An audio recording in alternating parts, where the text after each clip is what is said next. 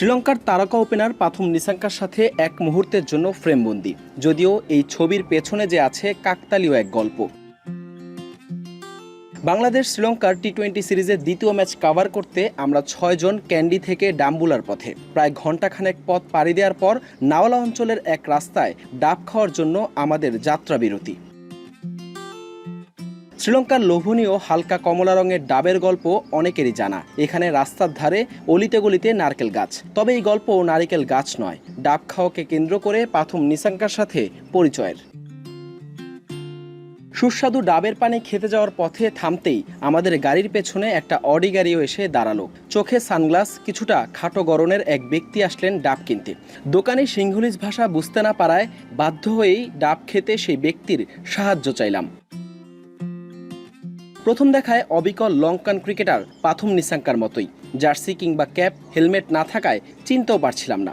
গায়ের ট্যাটু দেখে বেশ কিছুক্ষণ পর্যবেক্ষণ করে কৌতূহলবশত শেষমেশ এগিয়ে গিয়ে আমি তার নামটা জিজ্ঞেস করলাম। উত্তরে একগাল হেসে বললেন পাথুম। ব্যাস, এরপরই বাকিরাও ছুটে আসলেন। হাসি আর আড্ডায় বেশ কিছু সময় কাটল লঙ্কানেই ওপেনারের সাথে।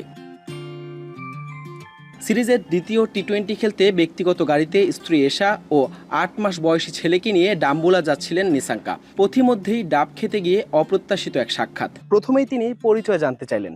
বাংলাদেশি বলতেই তিনি বলে উঠলেন সবাইকেই তিনি চেনেন, দেখেছেন প্রেস কনফারেন্সে। জানতে চাইলেন শ্রীলঙ্কা কেমন লাগছে। আমরাও ছোট করে শেয়ার করলাম অপূর্ব সৌন্দর্যের শ্রীলঙ্কা ঘুরে দেখার অভিজ্ঞতা।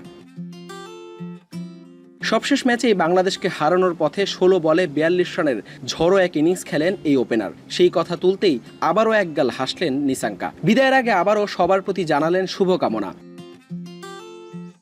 এক গ্রুপ ফটোর আর্জি জানাতেই রাজি হয়ে নিজেই এগিয়ে এসে ফোন হাতে নিয়ে তুললেন সেলফি। নিসাঙ্কার সেলফিতে ফ্রেমবন্দি আমরা ডাম্বুলার বাকি পথটায় পেয়ে গেলাম দারুণ এক ছোট গল্পের রসদ।